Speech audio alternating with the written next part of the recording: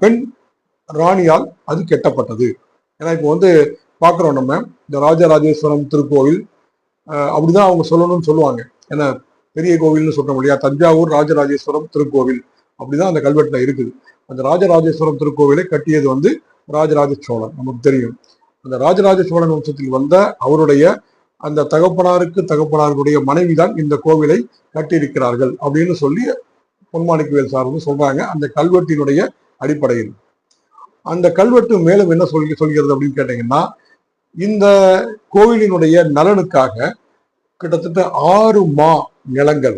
So பண்டைய காலகட்டத்தில் வந்து பாத்தீங்கன்னா இன்னைக்கு மாதிரி ஏக்கர் அப்படின்லாம் சொல்றது இல்லை, வேலி மா அப்படின்ற அளவுகள் தான் சொல்லுவாங்க.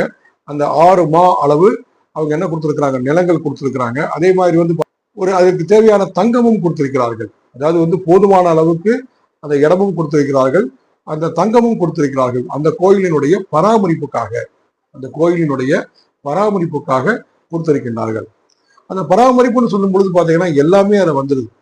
அதாவது அந்த கோயிலில் வந்து விளக்கு பூஜைகள் நடைபெறுவதில் இருந்து அந்த மங்கள வாத்திய முழங்குவதிலிருந்து பொதுவாக வந்து பாத்தீங்கன்னா கோவில்கள்ல வந்து நமக்கு தெரியும் அந்த மங்கள வாத்தியங்கள் வந்து மிக மிக முக்கியமானது. அந்த நாதஸ்வரம், அந்த தவிழ், அந்த இசை சத்தம் அப்படின்றது கண்டிப்பாக அது இருக்க வேண்டும் அப்படின்றது.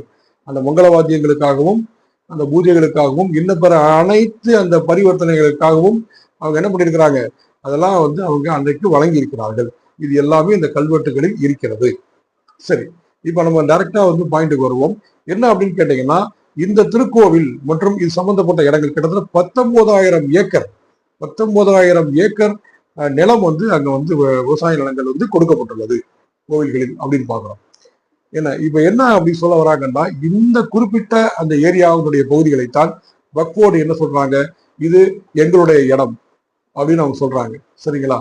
இப்ப என்ன அப்படின்னு கேட்டீங்கன்னா, அதுதான் இப்ப வந்து பாத்தீங்கன்னா அந்த பார்லிமெண்ட் வரைக்கும் அது வந்து அந்த விஷயங்கள் போய் அது வக்ஃபோர்டுக்கு ஒரு